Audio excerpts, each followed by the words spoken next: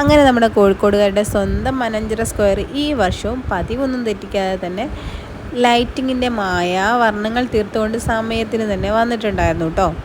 നമ്മൾ അവിടെ എത്തിപ്പെടാൻ കുറച്ച് ലേറ്റായി എന്ന് മാത്രം. കുറച്ച് ലേറ്റായി എന്ന് പറഞ്ഞാൽ കുറച്ച് ദിവസങ്ങൾ കഴിഞ്ഞു കേട്ടോ നമ്മളിവിടെ എത്തിപ്പെട്ടപ്പം. ഇവിടെ എത്തിപ്പെട്ടപ്പോഴാണ് നമുക്കൊരു കാര്യം മനസ്സിലായത്.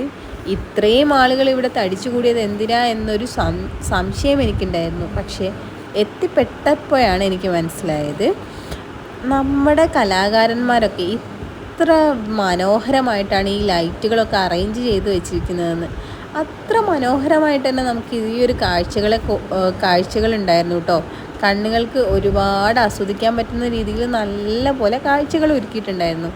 പക്ഷേ എല്ലാ സമയത്തും നമ്മുടെ കോഴിക്കോട് ഉണ്ടാവുന്ന പോലെ തന്നെ ജനങ്ങൾ ഈ പരിപാടി അങ്ങോട്ട് ഏറ്റെടുത്തു. അതുകൊണ്ട് തന്നെ നല്ല തിരക്കുണ്ടായിരുന്നു കേട്ടോ. പക്ഷേ തിരക്കുണ്ടായിരുന്നാൽ കൂടി നമുക്ക് ഈ ഒരു ലൈറ്റിങ്ങിൻ്റെ വിവിധ വർണ്ണങ്ങളും വിവിധ സ്റ്റാച്യൂകളും കാണാൻ വേണ്ടിയിട്ട് ഒരുപാട് കാര്യങ്ങളുണ്ടായിരുന്നു. അങ്ങനെ ഈ വർഷവും 2026 നമ്മുടെ മാനാഞ്ചിറ സ്ക്വയറിൽ അടിപൊളിയായിരുന്നു കേട്ടോ.